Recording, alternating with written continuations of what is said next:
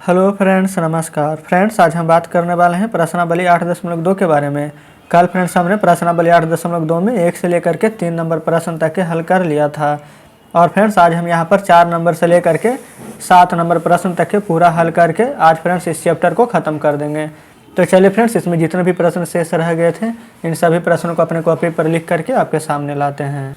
तो फ्रेंड्स जैसे कि आप देख सकते हैं कि चौथे नंबर प्रश्न यहाँ पर हमने लिख लिया है। इसमें बोला गया कि दर्शाइए कि एफ भुजा बीसी का मध्य बिंदु है। ये फ्रेंड्स एफ जो भुजा है ये हमारा बीसी का यहाँ पर मध्य बिंदु है। तो यहाँ पर फ्रेंड्स देखिएगा, सबसे पहले हम क्या करेंगे, ये जो कि हमारा ए बी है, ऊपर हमारा सी डी है, क्या आपस में समांतर है कि नहीं? तो बिल्कुल समांतर है।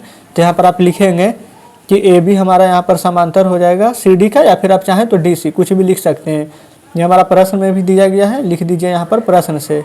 उसके बाद देखिए फ्रेंड्स, ये हमारा समांतर था, यहाँ पर ए बी है जो कि क्या हमारा ई एफ का भी समांतर हो जाएगा। जब इसके समांतर है तो इसके भी समांतर होगा। तो यहाँ पर लिखिएगा ए बी समांतर में ई एफ। ये भी फ्रेंड्स प्रश्न से लिख दीजिएगा, यहाँ पर भी कोई दिक्कत नहीं है। इसको आप समीकरण 1 इसको आप यहाँ पर समीकरण 2 मान लीजिए। अब हम समीकरण 1 तथा 2 से चलेंगे। यहाँ पर लिखेंगे समीकरण 1 तथा 2 से। ठीक है फ्रेंड्स, यहाँ तक कोई दिक्कत नहीं है। तो देख लीजिए, यहाँ पर से देख लीजिए ए बी यहाँ भी है, ए बी यहाँ भी है। तो फ्रेंड्स ये दोनों तो हमारा कट जाएगा। तो बचा क्या, यहाँ से डी सी, यहाँ से ई एफ, ये दोनों बच गए हैं। तो यहाँ से लिख देंगे कि डी सी अब हमारा समांतर हो जाएगा ई एफ का। तो फ्रेंड्स समीकरण 1 तथा 2 से हमारा इतना निष्कर्ष निकल गया है, कोई दिक्कत नहीं है। अब देख लीजिए, यहाँ पर से पहले हम त्रिभुज लेकर चलेंगे। एक त्रिभुज हम डी, एक त्रिभुज ए, एक त्रिभुज बी।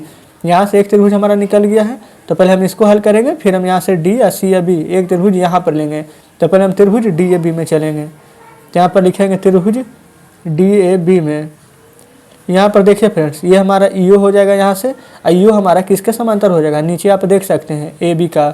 यहाँ पर लिख देंगे त्रिभुज डी ए बी में, कोमा दे दीजिए, ईओ समांतर ए बी। ठीक है फ्रेंड्स, ईओ समांतर ए बी लिख दिए है।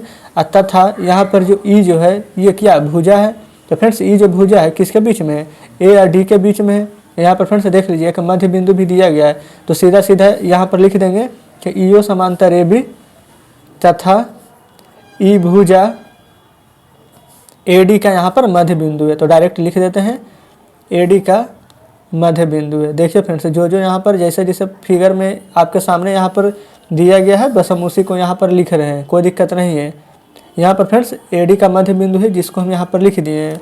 यहाँ तक आपको कोई भी दिक्कत नहीं होनी चाहिए। और फ्रेंड्स यहाँ पर फिगर में देखिए, ये हमारा बी डी दिया गया है जो कि विकर्ण है। तो बी डी का यहाँ पर मध्य बिंदु क्या है, वो है। तो चलिए हम यहाँ पर इसको भी लिख देते हैं, और बी डी का मध्य बिंदु ओ है, कोई दिक्कत नहीं है फ्रेंड्स यहाँ तक के। देख लीजिए, अब त्रिभुज इसका काम तो खत्म हो गया डी ए बी का। अब हम त्रिभुज डी सी बी में चलेंगे। तो चलिए यहाँ पर फ्रेंड्स लिख देते हैं त्रिभुज डी सी बी में। देखिए डी सी बी में चलेंगे तो यहाँ पर से फ्रेंड्स ये वाला हम डी सी को ले लेंगे। तो यहाँ पर डी सी किसके समांतर हो जाएगा, नीचे ओ एफ दिया गया है उसके। तो यहाँ पर लिख देंगे डी सी समांतर ओ एफ। तथा इसके बाद फ्रेंड्स लिख दीजिएगा आप, जो यहाँ पर वो जो भुजा है वो हमारा बी और डी, ये फ्रेंड्स बी और ये रहा हमारा डी, इसका मध्य बिंदु है। तो यहाँ पर लिखेंगे कि डी सी समांतर ओ एफ तथा ओ भुजा, ये वाला हम बी डी लिख रहे हैं, ओ भुजा बी डी का मध्य बिंदु है। तो फ्रेंड्स इस प्रकार से हम यहाँ पर लिख लिए हैं। अब देख लीजिए, अब हमारा ये वाला हमारा एफ भुजा रहा। अब फ्रेंड्स ये हमारा बी सी पर भी यहाँ पर मध्य बिंदु होगा। तो यहाँ पर हम लिख देंगे ओ भुजा, यहाँ पर फ्रेंड्स ओ नहीं बल्कि एफ भुजा था। तो यहाँ पर हम लिख देंगे एफ भुजा बी एस सी का मध्य बिंदु था। तो लिख दीजिएगा यहाँ पर बी सी का मध्य बिंदु होगा।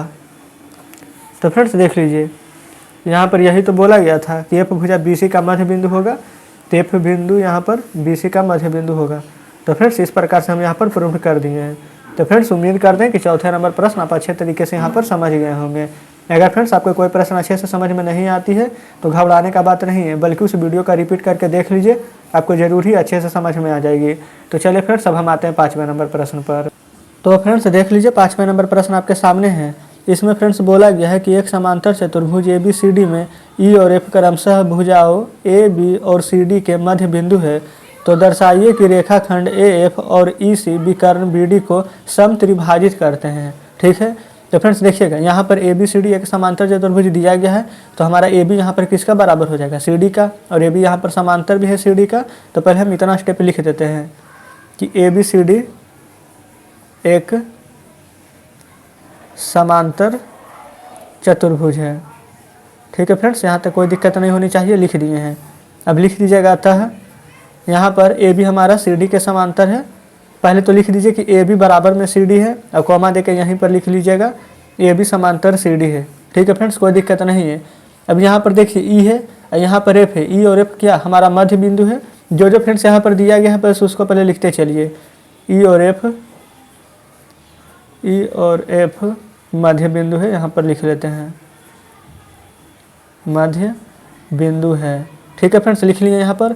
अब देखिएगा ये हमारा यहाँ पर AE रहा, ये हमारा यहाँ पर CF रहा। क्या यहाँ से AE या यहाँ से CF दोनों बराबर है कि नहीं, तो बिल्कुल बराबर है। यहाँ से लिखेंगे अतः AE बराबर CF। देखिए फ्रेंड्स, जब ये दोनों हमारा आपस में बराबर है तो क्या समांतर भी होगा, तो यहाँ पर AE और समांतर में CF लिख लीजिएगा। तो फ्रेंड्स इस प्रकार से हमारा AE यहाँ से CF, ये AE CF ये पूरा एक समांतर चतुर्भुज बन चुका है, तो बिल्कुल बन गया है। तो यहाँ पर भी आप लिख दीजिएगा अतः AE CF एक समांतर चतुर्भुज है। ठीक है फ्रेंड्स, कोई दिक्कत नहीं है। अब देख लीजिए यहाँ पर से आप त्रिभुज देख सकते हैं। सबसे पहले देख लीजिए यहाँ पर से आपको दो त्रिभुज फ्रेंड्स नज़र आ रही होगी, एक इस साइड में एक इस साइड में। ठीक है, तो पहले देख लीजिए हम एक यहाँ पर A और P और B एक त्रिभुज फ्रेंड्स देखिए यहाँ से यहाँ तक हम सबसे पहले APB में चलेंगे, और उसके बाद फ्रेंड्स यहाँ पर से देखिएगा C और D या Q यहाँ पर से हम इसमें चलेंगे। ठीक है, कोई दिक्कत नहीं होनी चाहिए। तो पहले हम त्रिभुज APB में यहाँ पर चलेंगे। तो फ्रेंड्स हम यहीं पर लिख देते हैं त्रिभुज APB में। देखिए फ्रेंड्स, जब APB में चलेंगे तो यहाँ पर से त्रिभुज जो हम लिए हैं तो इसमें हमारा AP, ये फ्रेंड्स ध्यान से देखिएगा, ये हमारा AP ये हमारा किसके समांतर हो जाएगा, EQ का। ये वाला यहाँ पर से ये वाला यहाँ पर से दोनों रेखा समांतर है, तो बस यहाँ पर हम लिख देते हैं AP समांतर में EQ। तथा यहाँ पर देखिए फ्रेंड्स जो E, ये वाला फ्रेंड्स जो E हमारा जो भुजा है ये हमारा यहाँ पर विकर्ण अगर पड़ रहा है कि नहीं कहीं पर, ये देखिए ये जो भुजा है पर विकर्ण को छोड़ दीजिए। अभी जो हम E भुजा है यहाँ पर लिख दीजिएगा कि AB का मध्य बिंदु है, क्योंकि फ्रेंड्स E जो है ये A और B इन दोनों के बीच में यहाँ पर आया है। तो बस यहाँ पर लिख देते हैं AP समांतर में Q। ये फ्रेंड्स हमारा अलग हो चुका है, तथा यहाँ पर से अलग लिख रहे हैं, तथा E भुजा AB का मध्य बिंदु है। अगर फ्रेंड्स ये हमारा मध्य बिंदु हो जाएगा तो यहाँ पर लिख देंगे अतः देख लीजिए ये हमारा जो कि PQ है, ये हमारा BQ है, ये हमारा PQ बराबर में BQ हो जाएगा, जिसको कि हम समीकरण 1 मान लेंगे। तो PQ बराबर में BQ लिख दीजिएगा, ये होगा समीकरण 1। ठीक है, देखिए फ्रेंड्स ये त्रिभुज का काम हमारा यहाँ पर ख़त्म हो चुका है। अब हम चलेंगे CDQ इस त्रिभुज में। तो चलिए फ्रेंड्स यहीं पर हम लिख देते हैं त्रिभुज CDQ में। देखिए फ्रेंड्स जब हम इस त्रिभुज में आएंगे तो देखिएगा ये हमारा यहाँ से एक लाइन हो जाएगा PF जो कि समांतर हो जाएगा QC का। तो यहाँ पर लिख देंगे PF समांतर QC। तथा इसमें फ्रेंड्स देख लीजिए F भुजा है, और जो F भुजा है ये हमारा C और D इन दोनों का यहाँ पर मध्य बिंदु में हो जाएगा। तो लिख देंगे F भुजा CD का मध्य बिंदु होगा। तो मध्य बिंदु होगा या फिर है लिख दीजिए, इससे कोई भी दिक्कत नहीं है। तो फ्रेंड्स यहाँ पर देख लीजिए जो हमारा ये वाला फ्रेंड्स जो DP हो जाएगा अब बराबर में जो PQ हो जाएगा, ये दोनों आपस में बराबर है। तो बस यहाँ पर आप लिख दीजिएगा अतः DP बराबर में PQ। इसको आप समीकरण 1 माने हैं तो इसको यहाँ से समीकरण 2 मान लीजिएगा। ठीक है फ्रेंड्स, इसमें कोई दिक्कत नहीं है। अब लिख देंगे अतः समीकरण 1 तथा 2 से, 1 तथा 2 से, इसमें कोई दिक्कत नहीं होनी चाहिए। देखिए जब 1 और 2 से चलेंगे फ्रेंड्स तो जो कॉमन है उसको यहाँ पर हटा देंगे। यहाँ पर से PQ है, यहाँ पर से PQ, ये कॉमन है तो ये तो कट जाएगा। बचा क्या, ये हमारे यहाँ से BQ बच गया है और यहाँ से हमारा DP बच गया है। तो चलिए फ्रेंड्स यहाँ पर से BQ और DP लिख देते हैं। BQ बराबर हो जाएगा DP का। ठीक है फ्रेंड्स, लेकिन प्रश्न में बोला गया था कि त्रिभाजित करता है, यानी कि 3 बार काटता है। तो फ्रेंड्स अभी तो 2 ही बार हुआ है। अब PQ कॉमन है तो इसको यहाँ पर बाहर निकाल दीजिए। तो ये हो गया 3 बार BQ और बराबर में DP, अब बराबर में हो जाएगा PQ। इसको फ्रेंड्स तीनों आपस में बराबर ही आप किसी प्रकार से भी लिख सकते हैं। जो कि फ्रेंड्स हमारा यहाँ पर प्रूव्ड हो चुका है। तो चलिए यहाँ पर आपको हम प्रश्न दिखाते हैं, देख लीजिए। प्रश्न में बोला गया था एफ ई सी विकर्ण है और बी डी को समत्रिभाजित करते हैं। तो फ्रेंड्स ये तीनों यहाँ पर समत्रिभाजित कर रहा है। तो इस प्रकार से 5वें नंबर भी हमारा हल हो चुका है। तो चलिए फ्रेंड्स अब हम आते हैं 6ठे नंबर प्रश्न पर। तो फ्रेंड्स जैसे कि आप देख सकते हैं कि 6ठे नंबर प्रश्न भी आपके सामने है। इसमें बोला गया कि दर्शाइए कि किसी चतुर्भुज की सम्मुख भुजा के मध्य बिंदुओं को मिलाने वाली रेखाखंड परस्पर समद्विभाजित करते हैं। तो फ्रेंड्स देख लीजिए, ये यहाँ से हमारा एक समचतुर्भुज है PQRS, एक यहाँ पर चतुर्भुज दिया गया है ABCD, कोई दिक्कत नहीं है। तो फ्रेंड्स एक बात बताइए कि क्या किसी चतुर्भुज के मध्य बिंदुओं को मिलाने वाली जो फ्रेंड्स यहाँ पर बिंदु को यहाँ पर मिलाया गया है तो उसको क्या हम समांतर चतुर्भुज कहेंगे कि नहीं? तो बिल्कुल कहेंगे। तो बस यहाँ पर वही चीज़ यहाँ पर लिख दीजिए, किसी, ये देखिए फ्रेंड्स चतुर्भुज का जगह हम इसका साइन दे देते, समझिए ये हमारा चतुर्भुज लिख दिए हैं। किसी चतुर्भुज के मध्य बिंदुओं को मिलाने वाली, बिंदुओं को मिलाने वाली यहाँ पर लिख दिए हैं, मिलाने वाली। या फिर फ्रेंड्स आप ये भी लिख सकते थे कि किसी चतुर्भुज के मध्य बिंदुओं से मिलकर बनने वाला जो कि यहाँ पर चतुर्भुज का निर्माण हुआ है उसे समांतर चतुर्भुज कहेंगे। लेकिन चलिए ये भी जो हम लिख रहे हैं इसमें भी कोई दिक्कत नहीं है। बिंदुओं को मिलाने वाली चतुर्भुज समांतर चतुर्भुज होता है, समांतर चतुर्भुज होता है। ठीक है फ्रेंड्स, जब ये समांतर चतुर्भुज होता है तब हमारे यहाँ पर PQRS एक समांतर चतुर्भुज होगा, कोई दिक्कत नहीं है। अतः PQRS एक समांतर चतुर्भुज होगा या फिर समांतर चतुर्भुज है, कोई दिक्कत नहीं है। और फिर समांतर चतुर्भुज का जो विकर्ण होता है वो एक दूसरा को आपस में समान यहाँ पर समद्विभाजित करता है। ठीक है, यहाँ पर देखिएगा फ्रेंड्स किस प्रकार से, इसका नाम हम ओ दिए हैं, यहाँ पर से ले लेंगे OS को और यहाँ से ले लेंगे OQ को, क्या आपस में समद्विभाजित कर रहा है। यहाँ से OR को ले लीजिए, यहाँ से OP को ले लीजिए, ये भी आपस में समद्विभाजित कर रहा है। तो यहाँ पर आप लिखेंगे समांतर चतुर्भुज का विकर्ण एक दूसरे को समद्विभाजित करता है, समद्विभाजित करता है। यहाँ पर फ्रेंड्स हम आपको बता दिए थे कि किस प्रकार से यहाँ पर काट रहा है, लिख दीजिएगा। अतः OS बराबर यहाँ पर हो जाएगा OQ का, OS बराबर में OQ हो जाएगा तथा यहाँ से फ्रेंड्स OR बराबर में OP हो जाएगा, OR बराबर में OP, जो कि फ्रेंड्स यहाँ पर हम प्रूव कर दिए हैं। यही बोला गया था कि मिलाने वाला रेखाखंड परस्पर समद्विभाजित किस प्रकार से करता है। तो फ्रेंड्स यहाँ पर हम पूरा प्रूव कर दिए हैं। तो इस प्रकार से फ्रेंड्स 6ठा नंबर प्रश्न भी हमारा हल हो जाता है। तो चलिए अब हम आते हैं 7वें नंबर प्रश्न पर। तो फ्रेंड्स जैसा कि आप देख सकते हैं 7वें नंबर प्रश्न आपके सामने है। इसमें बोला गया है कि ABC एक त्रिभुज है जिसका कोण C समकोण है, कर्ण AB के मध्य बिंदु M से होकर BC के समांतर खींची गई है, जो कि रेखा AC को D पर प्रतिच्छेद करती है। तो दर्शाइए कि, इसमें फ्रेंड्स 3 प्रश्न है।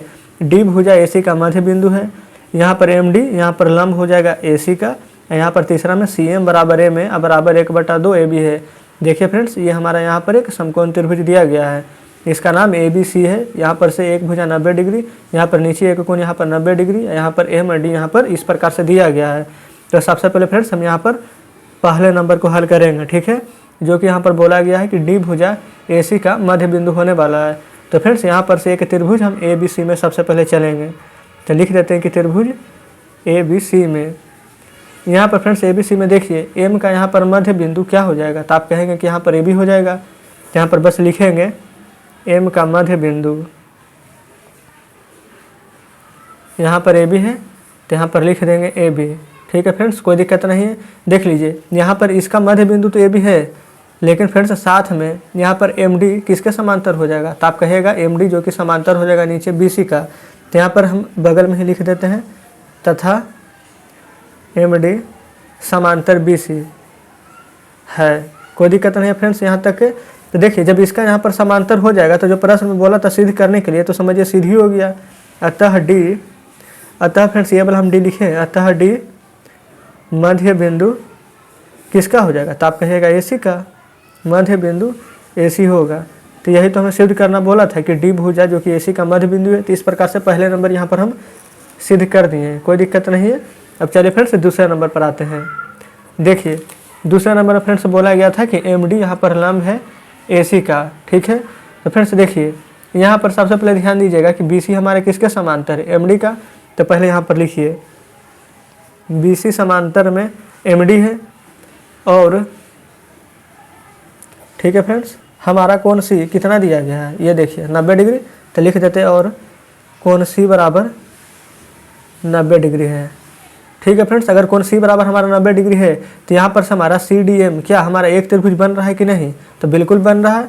तो बस हम यहीं पर लिख देंगे अतः कोण CDM बराबर 90 डिग्री है। ये फ्रेंड्स हम यहाँ पर लिख दिए थे 90 डिग्री, ये नहीं भी लिखते तो कोई भी दिक्कत नहीं था।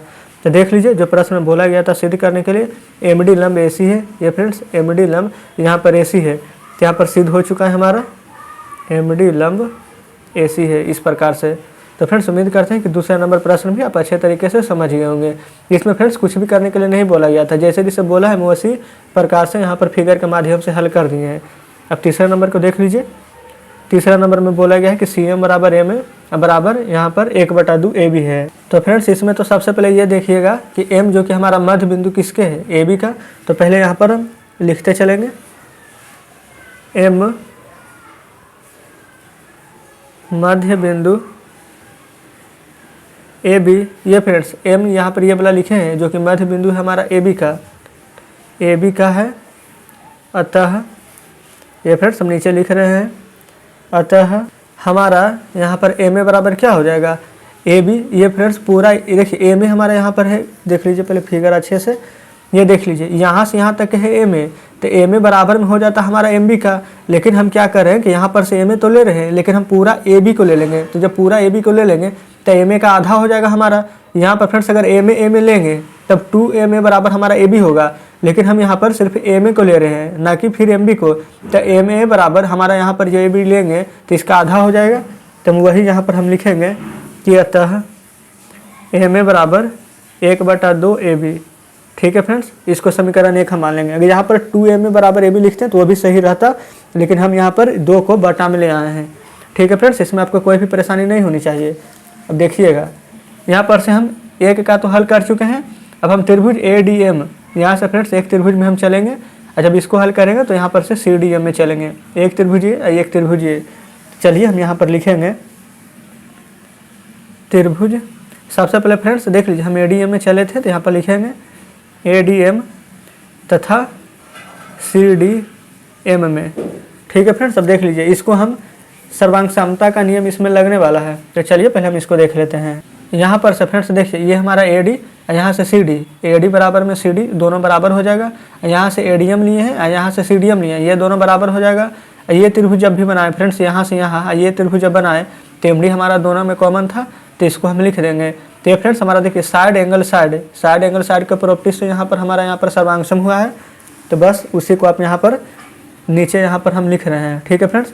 सबसे पहले देख लीजिए ADM बराबर में हम यहाँ पर CDM लिखे हैं। अब यहाँ पर से AD बराबर में हम CD किए थे, यहाँ पर से कोण ADM बराबर कोण CDM लिखे थे, और MD हमारा देखिए दोनों में कॉमन था, MD बराबर MD लिख दिए, ठीक है फ्रेंड्स। ये हमारा क्या A से S नियम से हुआ था, यानी कि साइड एंगल साइड के नियम से। तो फ्रेंड्स वही हम यहाँ पर लिखे हैं, कोई दिक्कत आपको यहाँ तक नहीं होनी चाहिए। अब हम यहाँ पर लिख देते हैं A से S सर्वांग समता नियम से। हम फ्रेंड्स यहाँ पर बराबर कर चुके हैं त्रिभुज ADM और यहाँ पर त्रिभुज CDM को। तो यहाँ पर हम लिख देते हैं त्रिभुज ADM सर्वांगसम त्रिभुज CDM, ठीक है फ्रेंड्स। यहाँ तक कोई दिक्कत नहीं होनी चाहिए। तो फ्रेंड्स अगर हमारा यहाँ पर ये वाला सर्वांगसम हो गया तो यहाँ पर देखिएगा ये त्रिभुज फ्रेंड्स ये हमारे यहाँ से AM और यहाँ पर से CM, क्या ये दोनों अब आपस में बराबर हो जाएगा कि नहीं, तो बिल्कुल बराबर हो जाएगा। तो चलिए हम फ्रेंड्स यहीं पर लिख लेते हैं ताकि फ्रेंड्स आपको यहाँ पर फिगर भी साफ साफ दिखते रहे। तो लिख देंगे अतः AM बराबर CM, ये फ्रेंड्स हमारा बराबर हो गया। तो देखिए इसको हम समीकरण 1 माने थे यहाँ पर, तो यहाँ पर हम इसको समीकरण 2 मान लेते हैं, कोई दिक्कत नहीं है। तो अब हम समीकरण 1 तथा समीकरण 2 से चलेंगे। यहाँ पर लिखते हैं समीकरण 1 तथा 2 से, कोई दिक्कत नहीं है। अब देखिएगा फ्रेंड्स ये वाला इन दोनों समीकरण को पहले हम एक तरफ लिख देते हैं। MA बराबर 1/2 AB और यहाँ पर से AM बराबर CM, ठीक है। तो फ्रेंड्स देखिए, जब समीकरण 1 और समीकरण 2 से जब चले हैं तो ये वाला जो कि हमारा सी एम है तो यहाँ पर हम सी एम लिख देते हैं। और जब ये भी बराबर ही किए हैं दोनों को तो यहाँ पर से एम ए है तो हम यहाँ पर बराबर लिख देते हैं एम ए का। ठीक है फ्रेंड्स, यहाँ पर से एम ए यहाँ पर से एम, ये फ्रेंड्स एम एम ए में क्या कोई फ़र्क है? ए एम लिख दे चाहे पहले एम ए लिख दे, दोनों फ्रेंड्स गुना में ही है तो बात तो बराबर ही है। तो इन दोनों को मिला करके मतलब कि फ्रेंड्स ये दोनों हमारा कॉमन था तो इसको हम यहाँ पर एम ए लिख दिए। बराबर किसके हो जाएगा? 1/2 ए बी का, तो यहाँ पर 1/2 ए बी लिख दिए। तो फ्रेंड्स इस प्रकार से ये भी हमारा प्रूव्ड हो गया है। आप यहाँ पर प्रश्न को देख सकते हैं, यहाँ पर यही बोला गया था फ्रेंड्स कि सी एम बराबर एम ए बराबर 1/2 ए बी। तो फ्रेंड्स आप यहाँ पर साफ साफ देख सकते हैं सी एम बराबर में एम ए बराबर 1/2 ए बी हम यहाँ पर प्रूव भी कर चुके हैं। तो इस प्रकार से फ्रेंड्स देखिएगा हमारा ये 7वें नंबर प्रश्न भी हल हो चुका है। तो चलिए अब आपके सामने बुक लाते हैं। तो फ्रेंड्स देखिए बुक आपके सामने है। आज फ्रेंड्स हमने 4 नंबर से लेकर के 7 नंबर तक 4, 5, 6, 7 जो 4 प्रश्न कल बचे गए थे वो फ्रेंड्स चारों प्रश्नों को आज हमने हल कर लिया है। उम्मीद करते हैं फ्रेंड्स कि इन चारों प्रश्नों में आपको कोई परेशानी नहीं हुई होगी। अगर फ्रेंड्स आपको अभी भी लगता है कि कोई प्रश्न जो कि हम अच्छे से नहीं समझ पाए हैं तो उसको फ्रेंड्स आप वीडियो को रिपीट करके जरूर से देख लीजिएगा, आपको जरूर ही समझ में आ जाएगी। और फ्रेंड्स अगर आपको हमारे बताने का तरीका अच्छा लगा हो तो हमारे वीडियो को लाइक और चैनल को सब्सक्राइब फ्रेंड्स जरूर से कर दीजिएगा। तो ठीक है फ्रेंड्स, अब मिलते हैं अब आपसे नेक्स्ट वीडियो में नेक्स्ट चैप्टर के साथ।